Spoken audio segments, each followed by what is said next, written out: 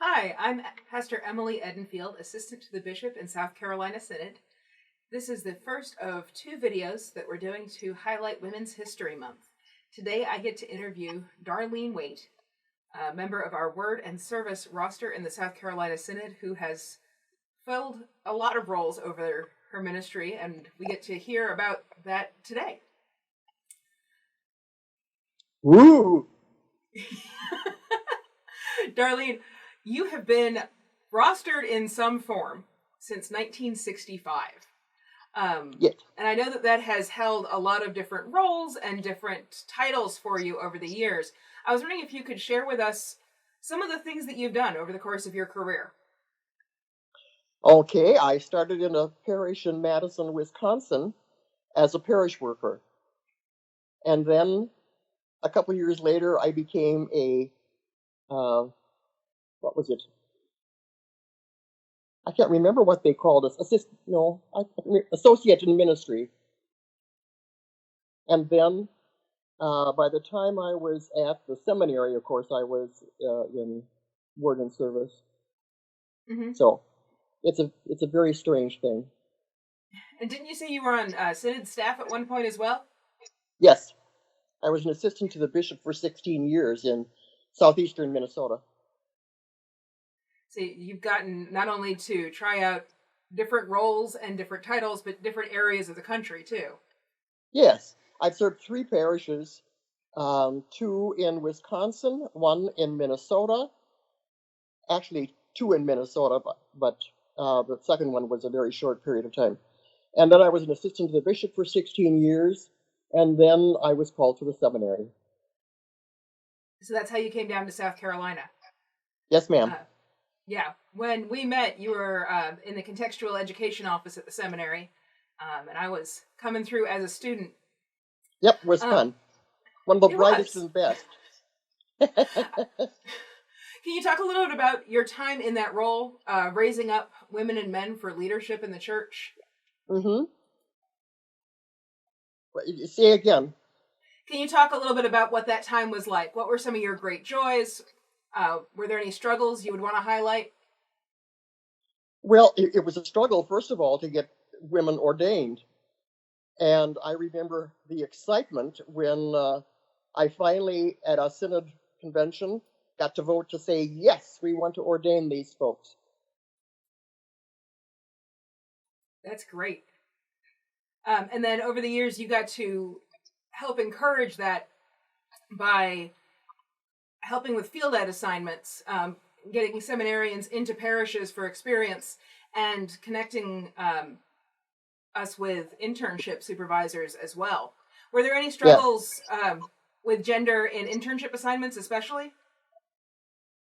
The struggles that I saw mainly were in getting women, when they finally decided to ordain women, and I was still an assistant to the bishop, getting them into parishes.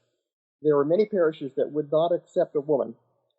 So that was a struggle, and I got to meet with a lot of the parishes and say, hey, look at the credentials this person has. And, of course, after they heard women are good preachers, and after they heard the women preach, they said, okay, well, we'll give it a try. At the seminary, go back to that question. I'm old. I asked, what were their particular joys and challenges of working with seminarians in field placements and in internship sites, building up leadership from that level? Okay, the very first year that I was in contextual education, I'd been there a couple months, and I got a call from a parish that was looking for an intern. And so I said, we have several bright women that are ready for internship. And they said, no, we can't accept a woman.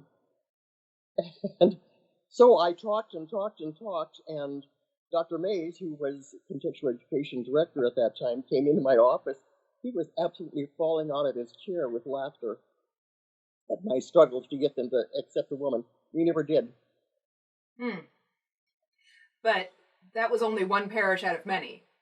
That was one parish out of many. Yeah.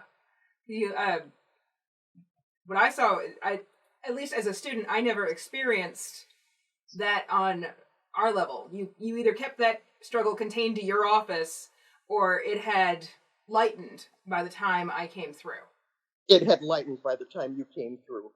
You know, one of my joys in working with internships was going out and visiting with interns in their intern parish.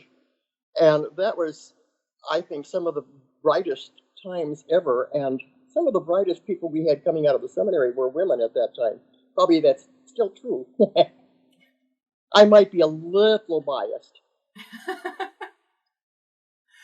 What I noticed in my time in seminary is that I had classmates who wouldn't have been able to go to seminary when they were my age.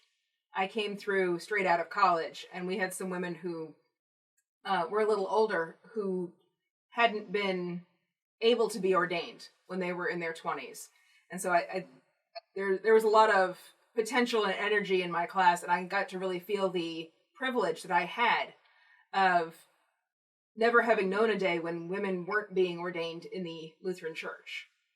Yeah, that was quite different for many of the women seminarians.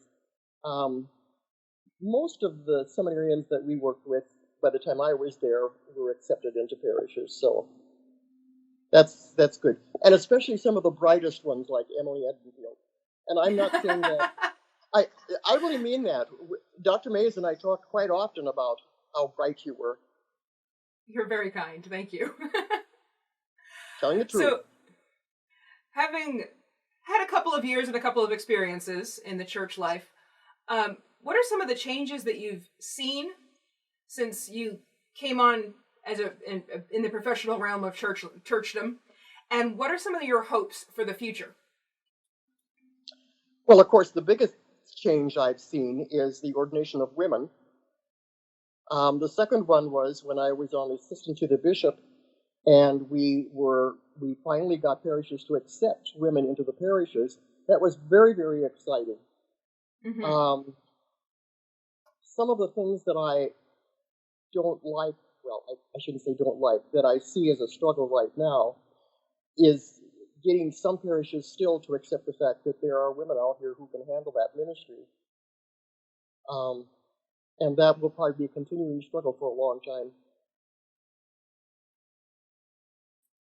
Yeah, we know that there's some parishes who are excited to take the best candidate, regardless of gender, and some parishes that are still struggling with that role. Yeah. Mm-hmm. But I think, as you've seen it go from the majority of churches not being sure to now the majority of churches are open to the idea of having a woman pastor. Yeah, I think that's true. I think yeah. they're many more open now parishes. So. Yeah. Are there any hopes that you would want to share for where you would like to see the church go next, or what you hope that God would do with us in the next, say, 10, 20 years? Well, certainly become more racially aware. Is that the term I want? I would like to see our churches integrated more, rather than having African Americans in one church and Asians in another church. And as a matter of fact, we have a Hmong church. Mm-hmm. No, it's Spanish. It's Spanish-speaking Hispanic church that's building a new church right down the street from me. And so that's nice. It's wonderful. Every time I go by, I think, yay, that's a Lutheran church. But I wish that we could integrate, because we have so much to learn from each other. The parish I belonged to in St. Paul, when I was an assistant to the bishop, was a multinational church. It started out as old Norwegians, and then they finally accepted a few Germans into the parish.